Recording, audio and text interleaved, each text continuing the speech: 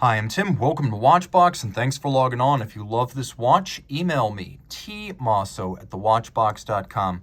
Your purchase and pricing email question line for buying this or any watch you see on any Watchbox platform. That's tmosso@thewatchbox.com for pricing. Today, we're discussing a rarely seen Patek Philippe Calatrava 5123R. Launched in 2012 and seldom seen, I have to be honest, this is the first one I've ever reviewed, and I have reviewed over 7,000 watches in 8 years. So it's a bit of a rarity, and it includes some design elements that rather remind me of a Vacheron, and I'll explain why. But first, the size. 38 millimeters in diameter in rose gold. The watch is 8.3 millimeters thick and only 39 millimeters from lug tip to lug tip, with a idiosyncratic 17 millimeter spacing between the lugs. On my wrist, which is 16 centimeters in circumference, the watch wears almost lugless. It's 38 millimeters in diameter and 39 millimeters from lug to lug. So you better believe you can wear this on a man's wrist, a lady's wrist, a small wrist. If you just like the fit of a lugless watch, or you prefer traditionally compact men's dress watches, this watch is for you, as it has a lug profile unlike any other Patek Philippe. Taking a quick look at the strap, again, 17 millimeters, that is a deliberate design decision to shrink the lugs down as minimally as possible. They're spaced narrowly, and they barely extend from the edge of the bezel. The strap, though, is high grade. It is medium rectangular scale alligator leather in dark brown with a semi-gloss finish, a sheer cut edge, and a monotone stitch. You'll appreciate that on the bottom, it is a brand new Patek Philippe factory strap, calf on the bottom, alligator on the top, with pull-tab spring bars to quickly remove the strap from the case.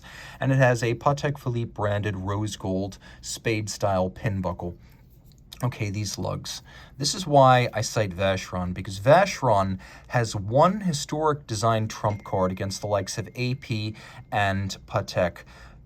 Vacheron has always been about spectacular and adventurous lug design, and for once, it seems Patek Philippe has gotten with the Vacheron program, as these lugs are difficult to describe, almost like the skegs of the underside of a boat or a ship. They melt with the case back in a fashion that creates a knife edge to the case band.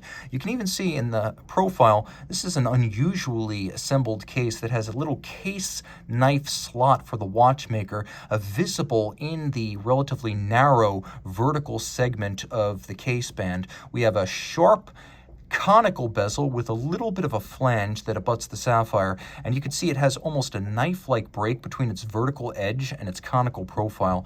The lugs are fully integrated into the case, and you can see they come to a modest rounded conclusion. Everything here is of high polish, and they shrink-wrapped the case around the stem assembly. This is a very unusual design for a Patek Philippe watch, and it almost does create the profile of a lugless 70s style round case. So the bezel is dominant, so is the dial. We have a small minimal crosshair style subsecond, which has a leaf style hand, and then we have Dauphine style hands polished with a facet down their center for the hours and minutes. We have faceted applique rose gold hour indices and a double index up at 12 o'clock with a dimple style minutes track outboard. We have a Calatrava cross on the crown. That is the logo of the brand. You can see the unconventional assembly of this watch, as it has a snap case back and then a snap together case. I've never seen a watch built quite like this one, at least from Patek Philippe. Inside, you see the caliber 215. We don't always get to see caliber 215. This is the Petit Second, or PS version. Manual wind, dates back to the 1970s. It was the first 4 Hertz gyromax style Patek Philippe movement. So it has a 44-hour power reserve. It is 4 Hertz, so 28,800 vibrations per hour. It is an 18 jewel movement, adjusted in 5 positions, which is the chronometer and high horology standard. It has a gyromax style free sprung balance, and it has an anti-magnetic silicone hairspring. It is also quite attractive and very traditional in its layout, with crown wheel, ratchet wheel, click and click spring, a center wheel, third wheel, fourth wheel, escape wheel, and balance. It's like a small version of a traditional pocket watch, and all of this water resistant down to 30 meters. And make no mistake, it is classically beautiful. You don't get as much fine finish here just because there are so few pieces, but the pieces that are present are glorious. Solarization of the ratchet and the crown wheel. There's actual polishing of the teeth of those wheels. There's mirrored beveling or anglage on the edge of the bridges, engine turning on the base plate, Côte de Genève across the bridges, satination on the wheels, and black polished screws with chamfered slots and chamfered circumference. You don't get a whole lot of complexity with this watch, but you do get a lot of fine detail on what is there. Again, manual wind and a 44-hour power reserve.